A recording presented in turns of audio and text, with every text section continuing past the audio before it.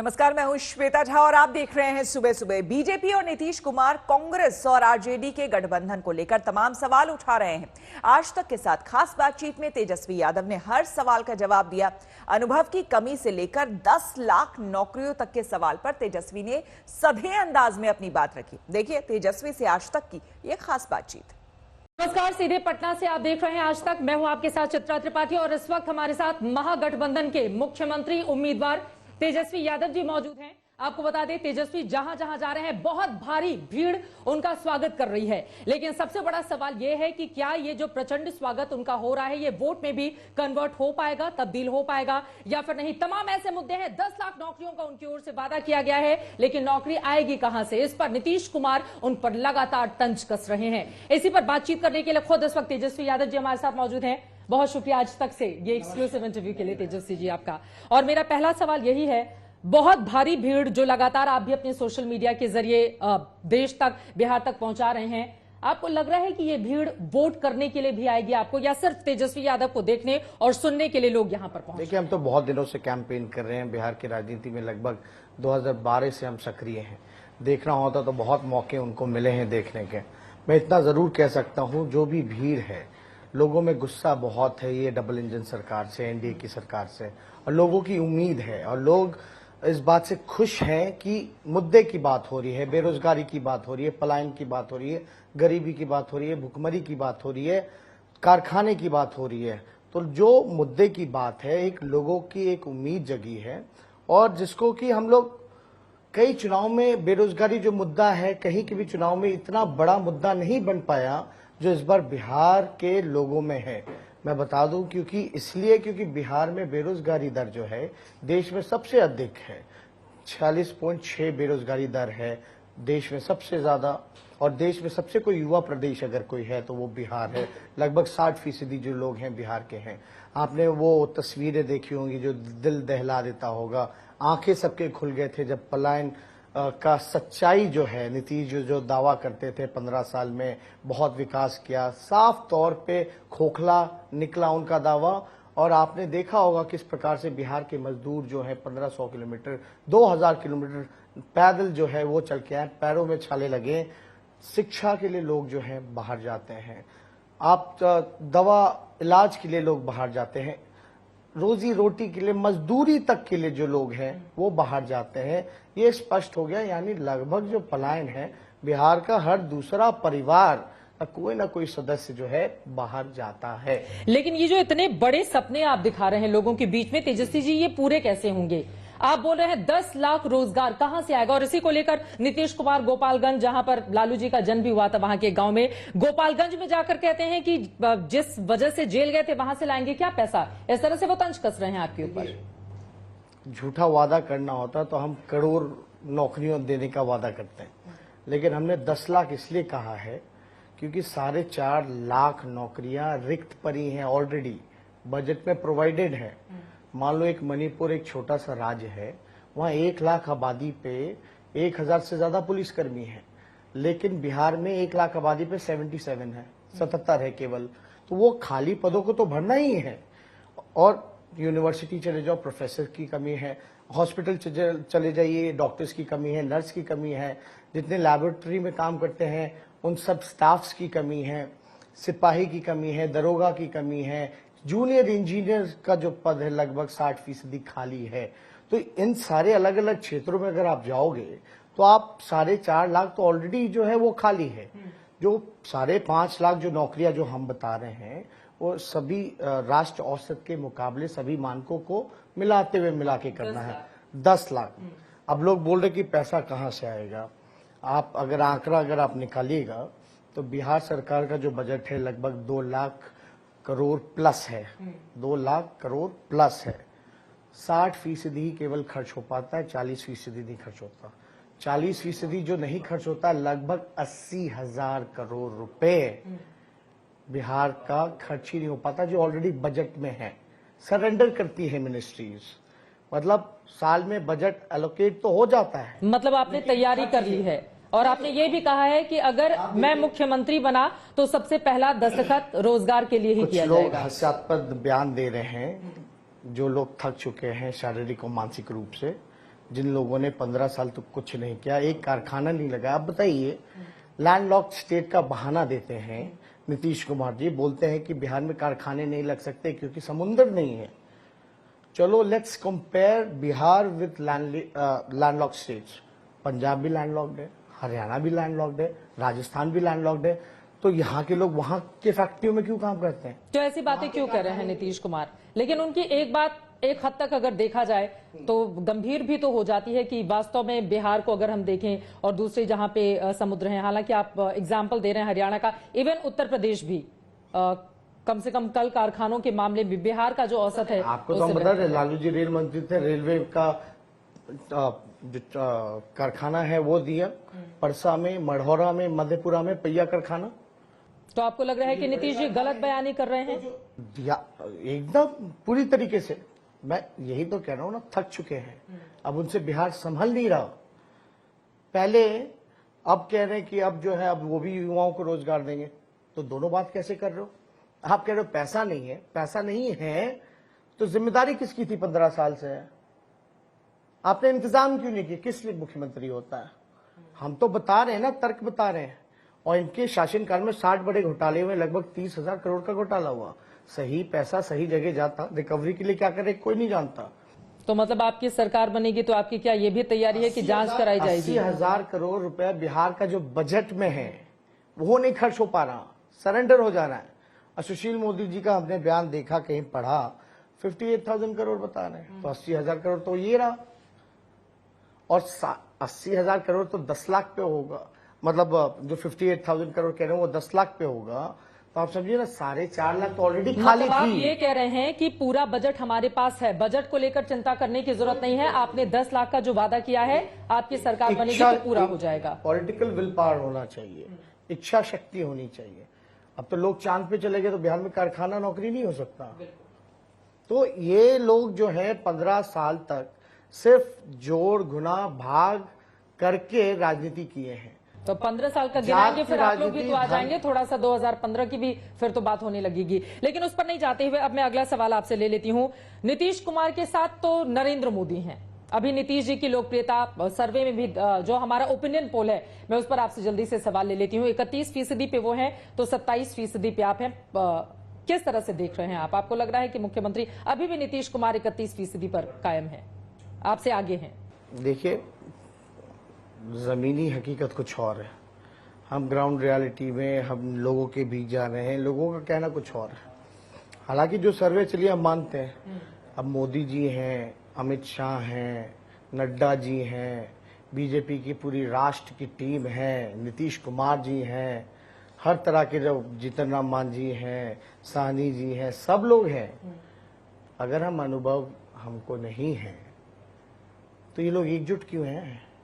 मेरा उम्र 31 साल है, एक नौजवान को हराने के लिए 20-20 हेलीकॉप्टर पूरे देश की टीम इन्होंने उतार दिया। मेरा तो एक ही सवाल है कि चुनाव के लिए ये सब है, लेकिन जब मजदूर 2000 किलोमीटर चल रहे थे तो कहां थे?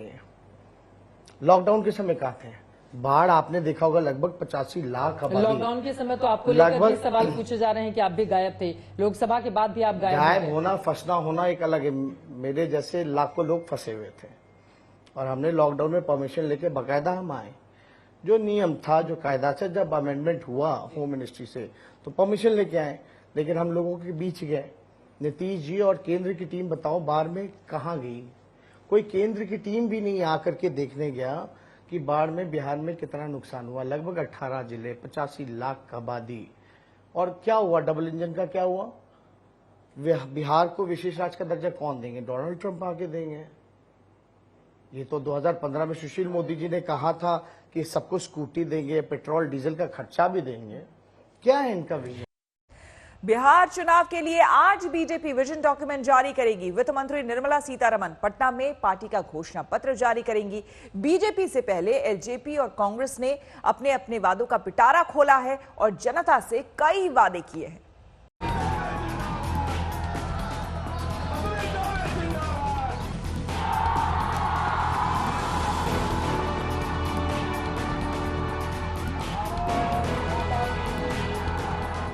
बिहार चुनाव के लिए बीजेपी ने पूरी ताकत झोंक दी है।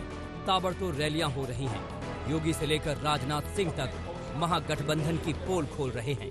वीडियो पर वीडियो जारी किए जा रहे हैं। भाभी भैया दीदी चाची हो, दादा दादी हो, फिर से बीजेपी पे आशीर्वाद बनाओ ये भैया, अपने एनडीए के संगे कदम बढ़ाओ ये भैया। कल से प्रधानमंत्री मोदी भी प्रचार में उतरेंगे, लेकिन उससे पहले बीजेपी आज अपना विजन डॉक्यूमेंट जारी करेगी। बीजेपी के घोषणा पत्र यानी विजन डॉक्यूमेंट में किन किन वादों पर जोर होगा, इसका अंदाजा इस बात से लगाया जा सकता है कि इसे जारी करने की जिम्मेदारी वित्त मंत्री निर्मला सीतारमण को दी गई है। विजन डॉक्यूमेंट जारी करने के दौरान बिहार बीजेपी के प्रभारी भूपेंद्र यादव, बिहार चुनाव प्रभारी देवेंद्र फडणवीस और बिहार बीजेपी के अध्यक्ष संजय जायसवाल समेत पार्टी के कई दिग्गज भी मौजूद रहेंगे। भारत के यशस्वी प्रधानमंत्री माननीय नरेंद्र मोदी जी के आत्मनिर्भर भारत के संकल्प के साथ बिहार आत्मनिर्भर बनेगा। उस आत्मनिर्भर बिहार में औद्योगिक क्रांति होगी, हरित क्रांति होगी, श्वेत क्रांति होगी, नीली क्रांति होगी और करोड़ों करोड़ नौजवानों को रोजगार मिलेगा। बीजेपी से पहले चिराग पासवान ने पार्टी का विजन डॉक्यूमेंट जारी किया, लेकिन चुनाव प्रचार को जज्बाती रंग देने से नहीं चूके। एलजेपी के अध्यक्ष ने मां के हाथों से दही खाया, पांव छुए, पिता की तस्वीर पर माला चढ़ाई और फिर बिहार की जनता के नाम वादों की फहरिस्त जारी कर दी। जरा एक नजर एलजेपी की घोषणाओं पर डालिए। अफसरशाही को जड़ से खत्म करेंगे, सभी महिलाओं को बस में मुफ्त यात्रा, समान काम समान वेतन लागू होगा, युवा आयोग का गठन कराएंगे, रोजगार लेने देने के लिए पोर्टल। चिराग ने दावा किया कि बिहार फर्स्ट और बिहारी फर्स्ट नाम के विजन डॉक्यूमेंट में बिहार की हर समस्या का समाधान है। बिहार विकास की राह पर अब आगे चलने के लिए तैयार है, लोग जागरूक हैं और बिहार फर्स्ट बिहारी फर्स्ट इस बार जीत कर रहेगा और इस बार जो सरकार होगी वो सही मायनों में प्रधानमंत्री जी की सोच वाली सरकार होगी, बिहार की विकास वाली सरकार। भाई नीतीश कुमार जी को सह सम्मान केंद्र में लेकर जाएं, उनको मंत्री बनाएं, पर नीतीश जी दोबारा प्रदेश के मुख्यमंत्री बनेंगे ये असंभव है। वहीं महागठबंधन में शामिल कांग्रेस ने भी बुधवार को बिहार चुनाव के लिए अपना घोषणा पत्र जारी कर दिया। मैनिफेस्टो में पार्टी ने अपने तमाम भूले बिसरे नेताओं के नाम पर भी कई योजनाओं का ऐलान किया है, जिसमें सरदार पटेल भी हैं और राजेंद्र प्रसाद भी। कांग्रेस ने वादा किया कि बिहार के किसानों का कर्ज, बिजली बिल माफ, लड़कियों को ग्रेजुएशन तक मुफ्त शिक्षा, सरदार पटेल के नाम पर पेयजल योजना, खिलाड़ियों के लिए प्रोत्साहन योजना। जो इकोनॉमी को जानने मानने वाले लोगों से और बिहार के बजट की तुलना करके हमने इसमें वही बात रखी है जो हम कर सकेंगे।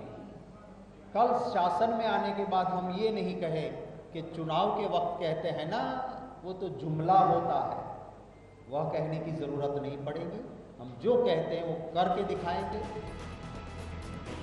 एलजेपी ने युवाओं के लिए वादे पर वादे किए तो कांग्रेस ने किसानों के लिए वादों की झड़ियां लगा दी।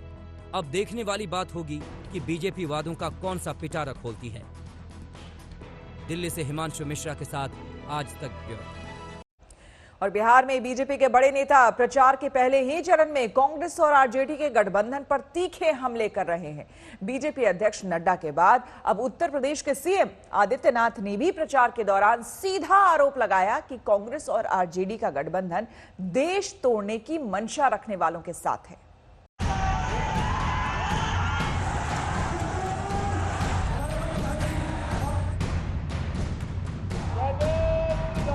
ये बदलाव का मोड़ है।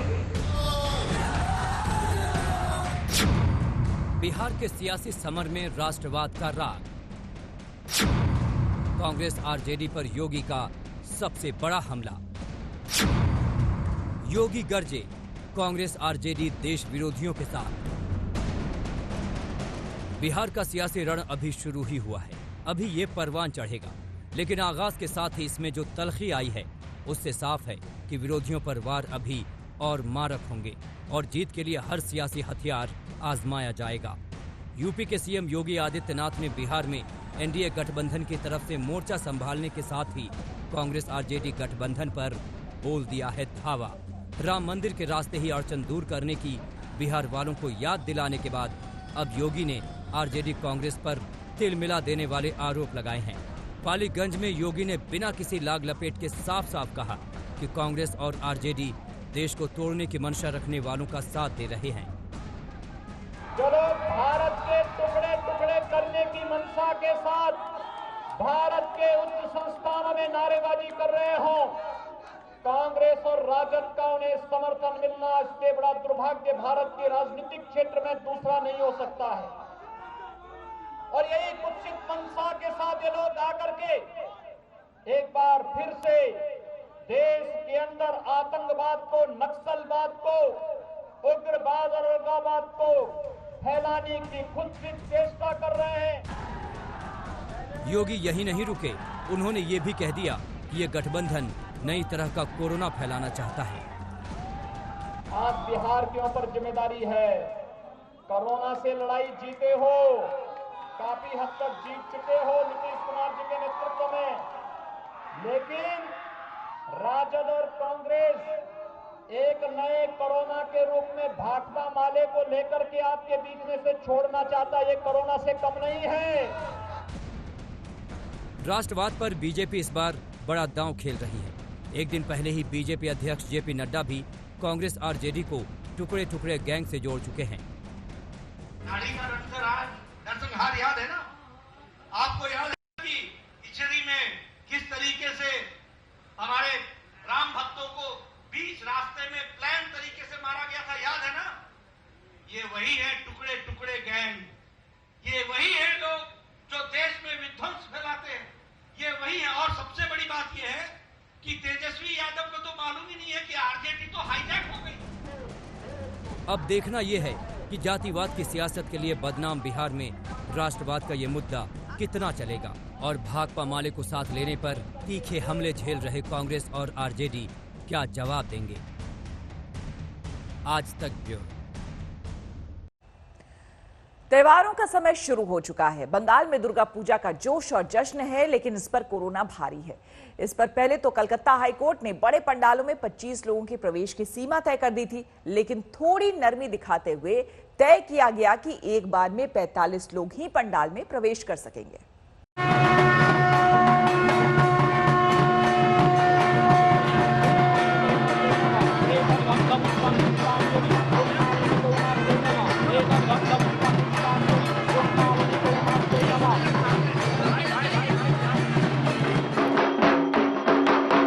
पूरे साल इन 3 दिनों का इंतजार रहता है, जब मां दुर्गा की पूजा करने के बाद भक्ति उल्लास का ऐसा मेला पंडाल दर पंडाल लगे।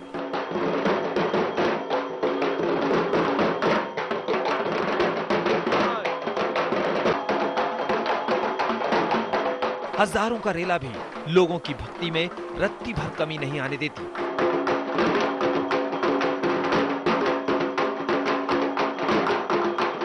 लेकिन इस बार कोरोना ने पूजा और भक्ति के रंग में भंग डाल दिया है। हजारों हजार की तादाद में लोग पूजा के पंडालों में देवी के दर्शन के लिए उमड़ते हैं, लेकिन ऐसा पहली बार हुआ कि एक वायरस ने इस भक्ति के रंग में भंग डाल दिया है।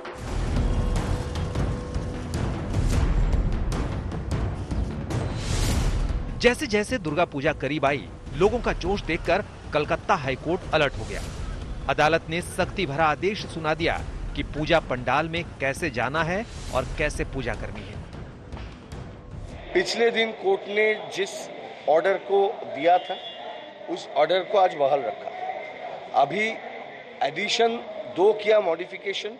नेक्स्ट ईयर भी ये फेस्टिवल आने वाला है। अच्छा तरह से हम लोग फेस्टिवल बनाएंगे सब लोग मिलके। इस साल एक एक्सेप्शनल ईयर है, इसको थोड़ा एक्सेप्शनली ट्रीट कीजिएगा। घर पे रहिए, आराम से रहिए, पूजा अपने सेलिब्रेट कीजिए, ज्यादा भीड़ मत कीजिए। कलकत्ता हाईकोर्ट का आदेश है कि Durga Puja pandal no entry zone में होगा। पूजा पंडालों को कंटेनमेंट जोन की तरह माना जाएगा।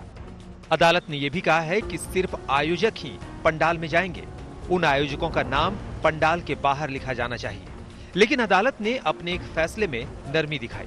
बड़े पंडाल में जाने के लिए अधिकतम 60 लोगों का नाम होगा, लेकिन वो रोटेशन पर ही दर्शन करने को जाएंगे। पहले अदालत ने 25 लोगों को इजाजत दी थी, लेकिन अब उसे बढ़ाकर 45 कर दी है। वहीं छोटे पंडाल में अधिकतम 15 की जगह 25 लोगों की एंट्री को हरी झंडी दे दी। उनके नाम और नंबर देने होंगे और वो नाम रोज रोज नहीं बदलेंगे। पुलिस को इस आदेश को पूरी सख्ती से लागू करना होगा। हाईकोर्ट का यह निर्देश पूरे पश्चिम बंगाल के लिए है। कलकत्ता हाईकोर्ट ने अपने निर्देश में साफ कहा था कि पंडालों में लोगों को अनुमति नहीं दी जाएगी, लेकिन लगातार अपीलों के बाद कोर्ट ने थोड़ी सी नरमी दिखाई। कोर्ट का ये कहना है कि जब तक कोरोना वायरस की दवाई नहीं तब तक ढिलाई नहीं। ऐसे में लोगों को जहां सजग रहना होगा तो वहीं सरकार को भी पूरा ध्यान रखना होगा, क्योंकि कोरोना की दवाई नहीं आई है और तब तक ढिलाई की संभावना हो ही नहीं सकती। इसमें एक बात और ध्यान देने की है कि बड़े पंडाल से 10 मीटर की दूरी पर नो एंट्री का बोर्ड लग जाएगा, जबकि छोटे पंडाल से 5 मीटर की दूरी पर नो एंट्री का बोर्ड लगेगा। गुरुवार से दुर्गा पंडाल सज जाएंगे, लेकिन इस बार कहीं पंडालों में उमड़ने वाली जोश वाली भीड़ कोलकाता को दूसरा वुहान न बना दे, इसलिए इस पर अंकुश है। कोलकाता में मनुक्या लोईवाल के साथ आज तक ब्यूरो।